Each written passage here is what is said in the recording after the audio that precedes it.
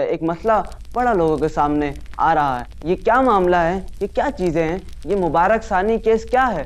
یہ ساری تفاصیل موجود ہیں۔ ایک شخص اٹھتا ہے اور وہ قرآن مجید فرقان حمید کا ایک ترجمہ کرتا ہے اور پہلے اس میں تحریف کرتا ہے، پھر قرآن پاک چھپواتا ہے اور پھر لوگوں کو فری تقسیم کی جا رہے ہیں۔ تو ہم وہ لوگ ہیں کہ ہم قرآن مجید فرقان حمید کی چوکیداری کرنے والے لوگ ہیں۔ ہمارے اینکر ٹی وی چینلز پر بیٹھ کر کیا معاملہ ہے؟ کیوں ہم ان کو غیر مسلم قرار دیتے ہیں؟ ان کا بھی تو پوائنٹ آف ویو سنایا جائے۔ کیوں سنیں کہ جس کو پاکستان کے آئین میں غیر مسلم قرار دے دیا گیا ہے اس سے ہم بات کر رہے ہیں کہ یہ تو چند مولوی بیٹھے اور انہوں نے قادیانیوں کو غیر مسلم قرار دے دیا کہ ہمارے سرکار کی ختم نبوت پر یا سرکار کی ناموس پر یا قرآن مجید فرقان حمید کی حفاظت پر کوئی بھی حرف آئے، کوئی بھی اگر اس کے اوپر حملہ کرنے کی کوشش کرے گا تو ہم اس کو ڈنڈے مار مار کر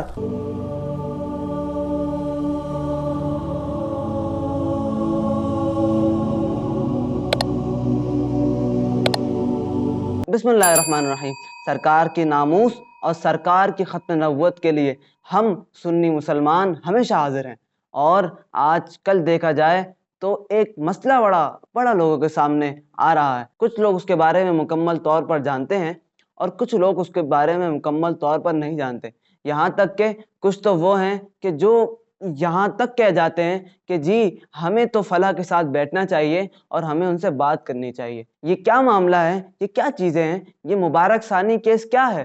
یہ ساری تفاصیل موجود ہیں، لیکن میں چند گزارشات پیش کرتا چلوں کہ یہ مبارک ثانی کیس اگر آپ اس کو آسانی سے سمجھنا چاہیں تو یہ وہ ہے کہ ایک شخص اٹھتا ہے اور وہ قرآن مجید فرقان حمید کا ایک ترجمہ کرتا ہے، اس میں لفظی تحریف کے ساتھ ساتھ معنی تحریف بھی کی گئی ہے، اور اس طرح کی گئی ہے لوگ پڑھیں اور اس سے گمراہ ہو جائیں۔ معاذ اللہ ثم معاذ اللہ۔ آپ دیکھیں پہلے اس میں تحریف کرتا ہے، پھر قرآن پاک چھپواتا ہے اور پھر لوگوں کو فری تقسیم کی جا رہے ہیں۔ کیا ایسا اس کو فائدہ مل رہا ہے؟ اس کو صرف یہ فائدہ مل رہا ہے کہ لوگوں کے ایمان کو خراب کرے۔ ہمارے بزرگوں کا قول لیا جائے تو ہم وہ لوگ ہیں کہ ہم قرآن مجید فرقان حمید کی چوکیداری کرنے والے لوگ ہیں۔ اگر کوئی آ کر باہر سے قرآن مجید فرقان حمید پر حملہ کرنے کی کوشش کرے گا تو ہم اسے چھوڑ نہیں سکتے انشاءاللہ۔ اور ہمارے لوگ اس چیز میں لگے ہوئے ہیں۔ لوگ کہتے ہیں کہ جی قادیانی یہ تو ایک مسلمانوں میں سے ایک فرقہ ہے، اور یہ جملہ آپ آج کل تو بہت زیادہ ہی سن رہے ہوں گے کہ قادیانی تو ہمارے بھائی ہیں، یہ تو ایک ہمارے جیسے ہی ہیں، مسلمان ہی ہیں۔ ہمارے اینکر ٹی وی چینلز پر بیٹھ کر اور دیگر معاملات میں بیٹھ کے کہتے ہیں کہ جی یہ فلاں قادیانی ہے، اس سے بات تو کی جائے۔ کیا معاملہ ہے؟ کیوں ہم ان کو غیر مسلم قرار دیتے ہیں؟ ان کا بھی تو پوائنٹ آف ویو سنایا جائے۔ کیوں سنیں کہ جس کو پاکستان کے آئین میں غیر مسلم قرار دے دیا گیا ہے اس سے ہم بات کر رہے ہیں، اور جس کو مسلمان کہتے ہیں اس سے ہم بات نہیں کرنا چاہتے؟ یہ کیا بات ہے؟ اور اس کے ساتھ ساتھ یہ بھی بات کی جاتی ہے کہ یہ تو چند مولوی بیٹھے اور انہوں نے قادیانیوں کو غیر مسلم قرار دے دیا۔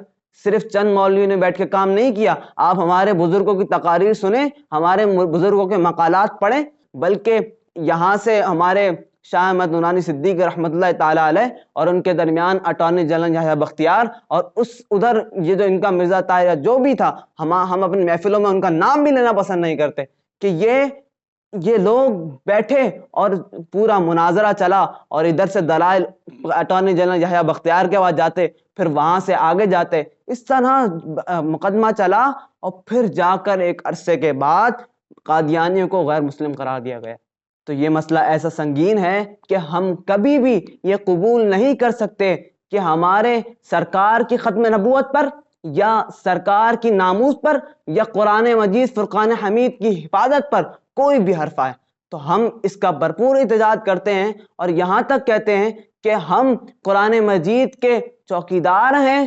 کوئی بھی اگر اس کے اوپر حملہ کرنے کی کوشش کرے گا تو ہم اس کو ڈنڈے مار مار کر، اور ہمیں جس حد تک جانا پڑے گا ہم اس حد تک جا کر اس سے انتقام لیں گے۔ رب تعالی ہم سب کو قرآن مجید اور سرکار کی ناموس اور سرکار کی ختم نبوت پر پہرا دینے کی توفیق عطا فرمائے۔ السلام علیکم ورحمۃ اللہ۔